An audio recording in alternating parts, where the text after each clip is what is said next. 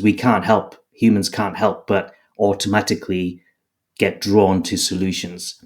And so there's a solution that gets formed with everybody, and in that solution, there's often no connection to the underlying problem, and then often there's a whole lot of baggage that comes with that solution. This is, I call it, solution bias.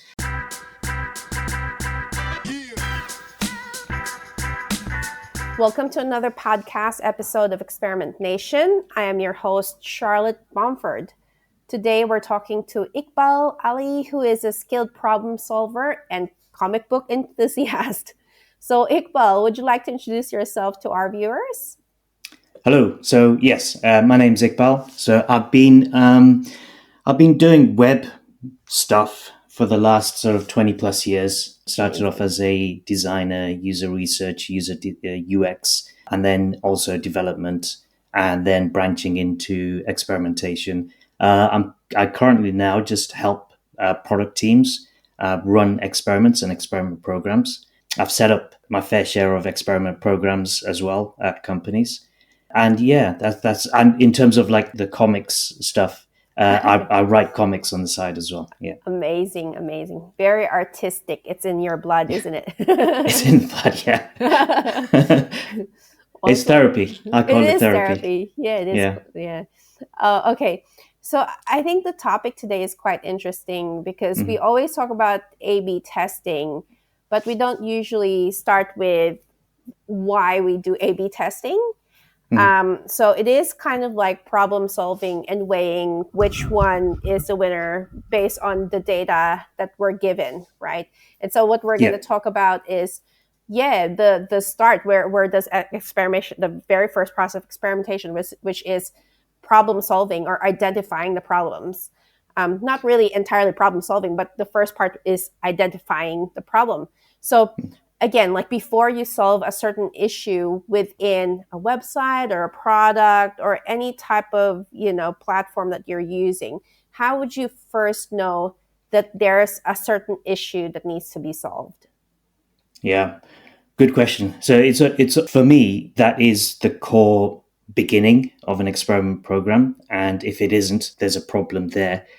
So if a hypothesis gets raised, we want to put in some social proofing or whatever, but why? What is it that you're actually trying to solve? And in terms of to try and identify those problems, sometimes problems the company itself does know what problems there are. The user research team or automatically should know if they have a user research team. If there isn't any sort of knowledge about a problem, well, there needs to be some sort of audit or some discovery about the problem. And even if there is something that the company, there's a problem that the company knows exists, it does need to be validated. And in terms of like places to look, some sort of user research is absolutely perfect. So user reviews is a gold mine, treasure trove of information. Surveys, feedback forms, and then triangulate them with analytics data. And then it's important to disassociate what are business problems with actual user problems. So then if we focus on the user problems, then, or at least associate a user problem or user problems with a business problem, then that's also another, because the other thing is a business will automatically know its business problems, it will have a set of user problems that they think exists, and those need to be validated. And so that's, I think, discovery process, speaking to all teams, checking the analysis, trying to triangulate some of the problem areas is a very good place to start, like existing data, basically. That's very interesting. And I agree with you. Like that's the first stage that we want to start with, is like looking, because I agree that like most companies generally know what the problem is, but again, you have to validate those, those problems, whether they really are problems or if we feel like as an employee or, if it's a problem.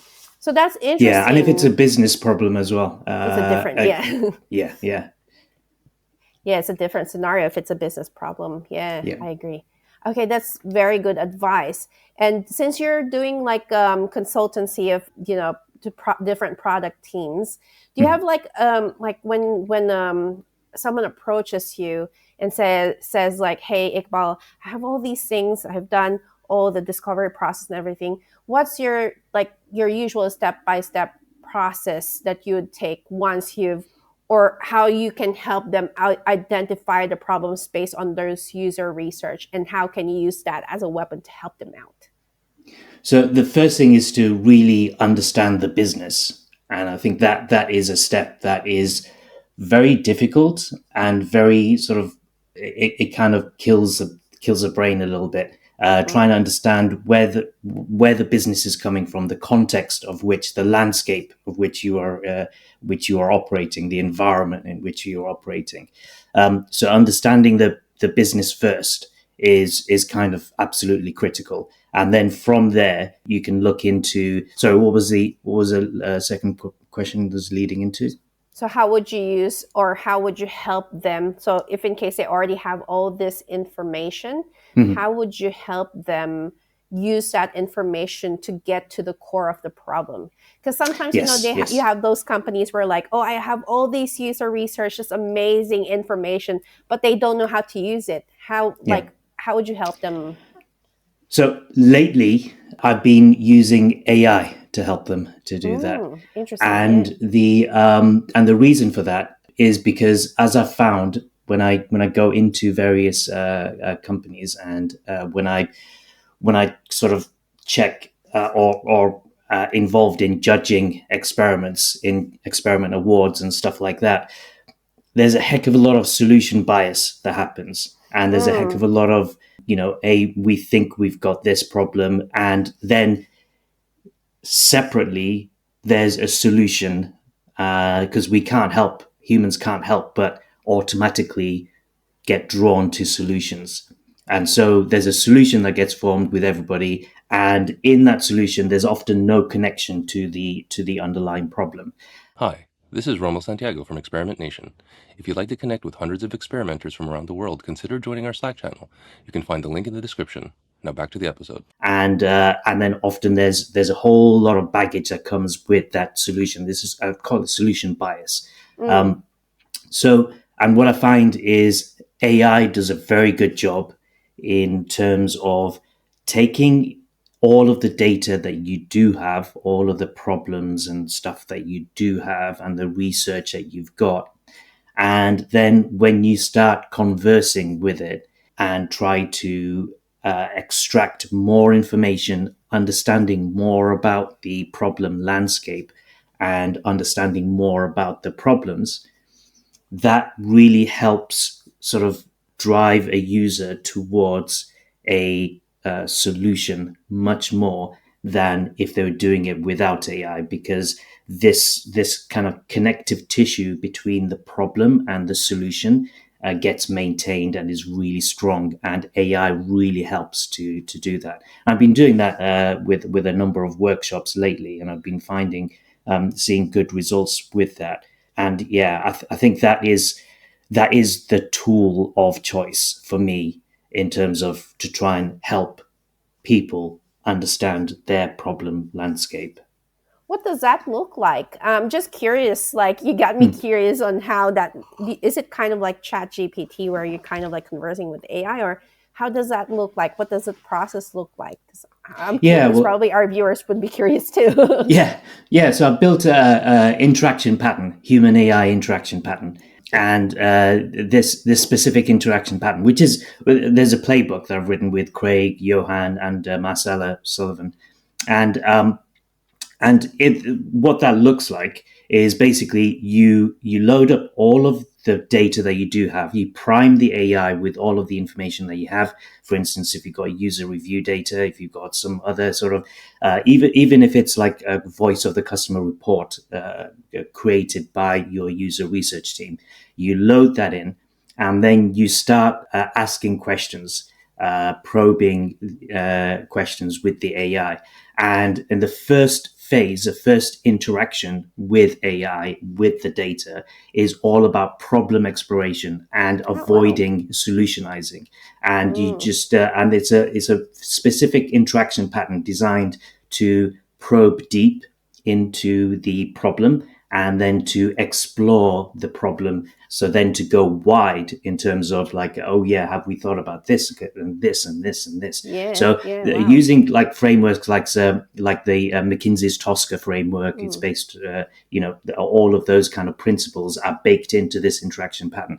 So once you've explored that problem properly, then you can go into the next phase, which is about ideation. So you mm, at the end of this, you create a problem statement or a set of problem statements, yeah. and then you take those into a separate playbook or a separate interaction pattern to do with ideation and ideating. And it's an interaction pattern because it's not just prompt AI, get the information back, that's it, job's done.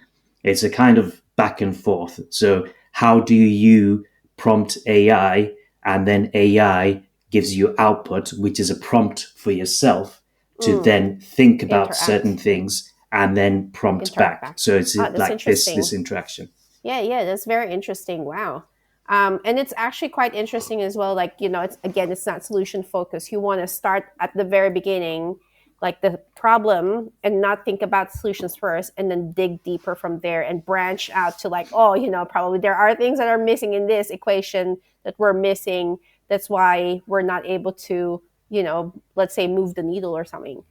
Um, Yeah, yeah, because oftentimes you're absolutely certain that you've got this problem, I but agree. actually, how many tests have you run directly related to that problem, and what are the results, and are they being tracked against the problem? So all of these are relevant questions that need to be asked, and the entire experiment setup needs to be aligned so that you can see all experiments related to a problem and all of the information related to a problem, and then that gives you a very good sense of what is that problem landscape, as I like to call it.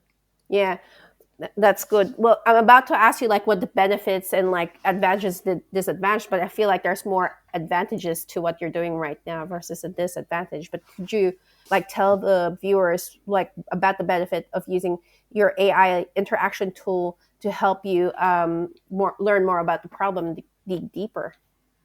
Yeah, so for first thing, it avoids solution bias Mm, and it also, not only does it avoid solution bias, it becomes clear to you that solution bias exists. So it makes solution bias apparent as you're using it, and then it also diversifies the your way of thinking, because proper problem exploration, like Tosca frameworks, issue trees, all of those kind of things, they're actually not very easy. They're mm, very, very difficult, and there's a lot of friction involved in that, which is why we often skip or kind of race through that step in order to get to the solution.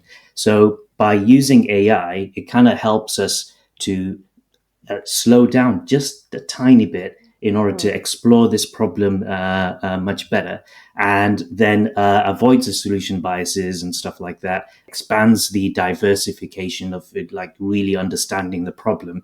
It also helps you empathize with the users more, because as you start to understand user problems, uh, empathy automatically develops, and that's a very strong sort of strong emotion in order to when you're going into solutionizing.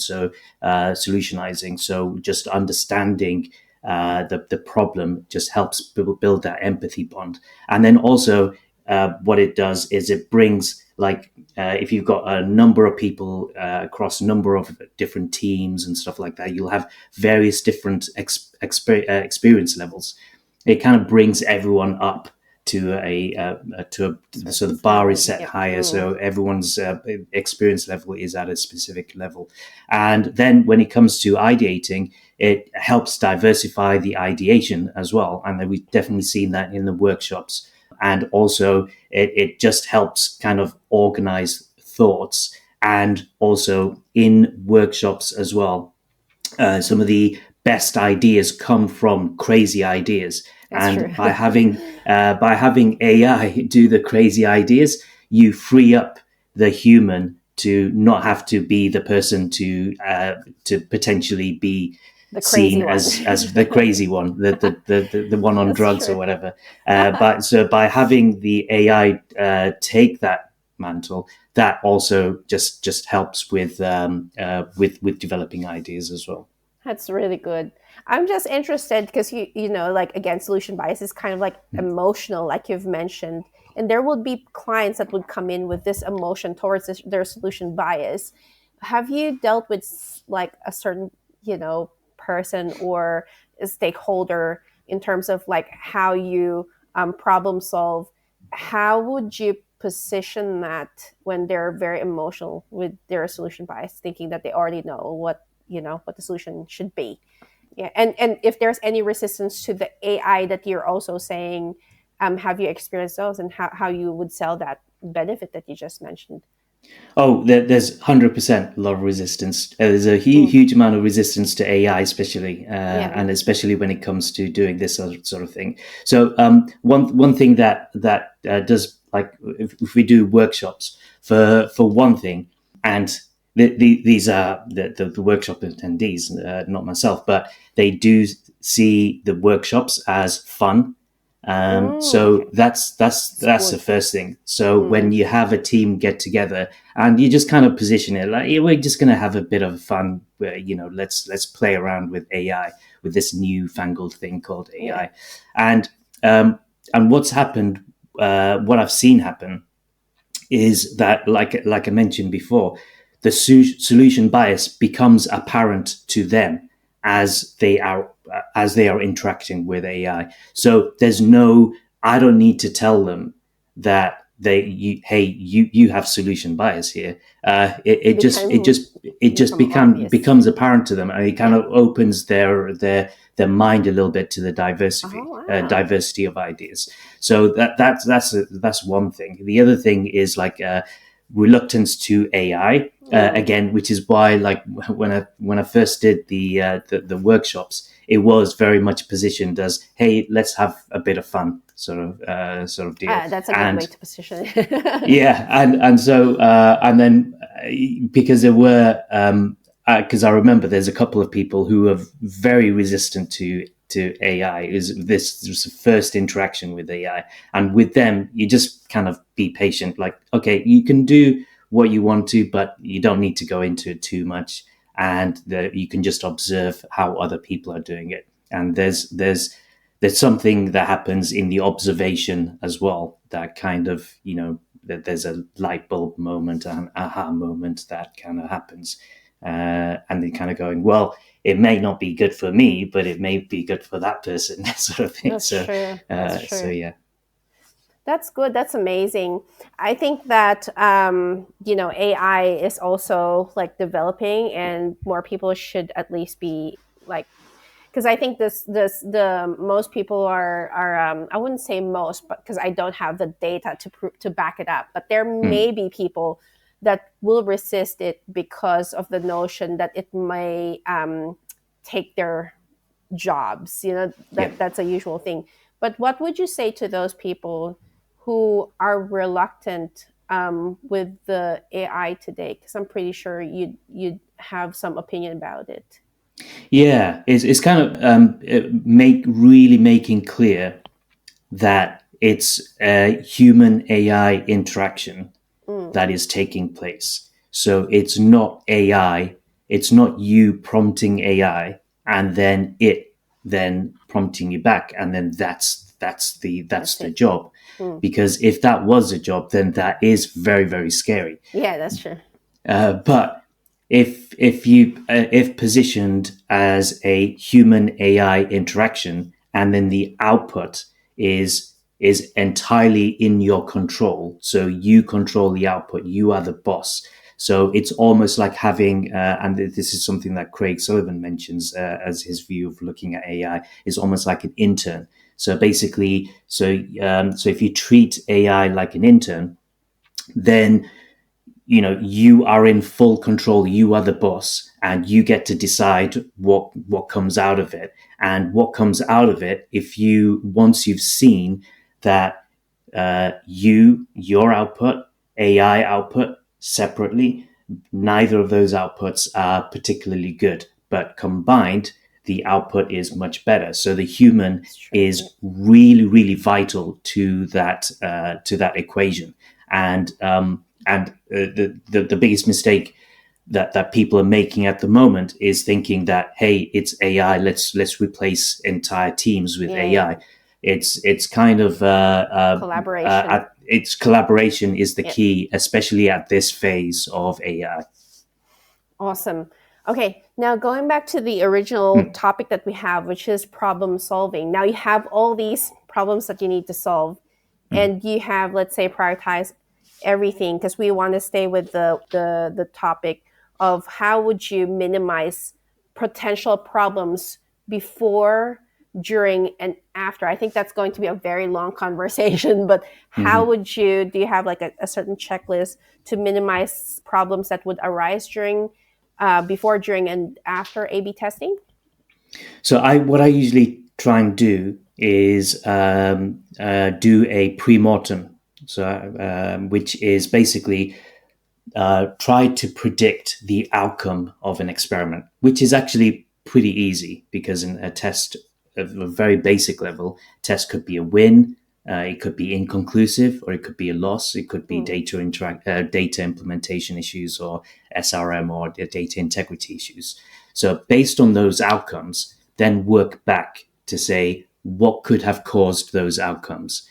And then if you then work back to say, okay, so what could have caused these outcomes? Well, I think that maybe because this is a new area of the site that we've never run tests before, we've never set up a take trigger on this. This is a manual trigger. It forces you to explore that specific space, that specific area. So and then once you've done that, you can kind of go, well, what could I do to mitigate the risks? Or what metrics could I put into place to make sure that we learn from the experiment that we're doing? Are there pilot tests that we could do, like very simplified versions of those tests, or an AA test to kind of just test the trigger?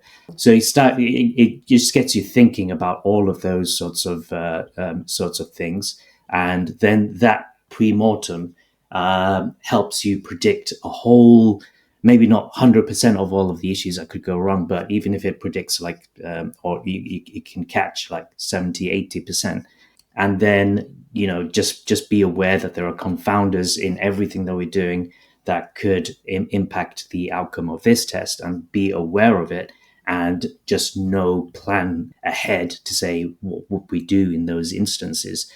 That is, for me, I've seen that be a very powerful sort of framework. Oh, interesting.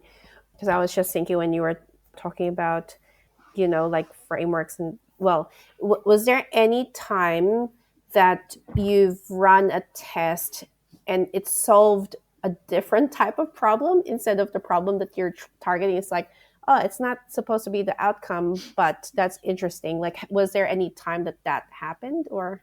Yes, all the time. So it's always a fact finding mission when you send out an experiment, and running experiments is not it's not a like sequential as it may seem or appear on first glance. So sometimes you'll get an outcome and kind of go, well, this one has done nothing for this problem, but it seems to be related to a completely another problem. another problem. So this independent variable that we're changing is not really associated with this problem. It could be associated with another problem, in which case, just realign those problems. Yeah, that's true. That's true. Okay, well, do you have a certain conclusion, or is any last thoughts that you want to tell our viewers about identifying problems and solution bias?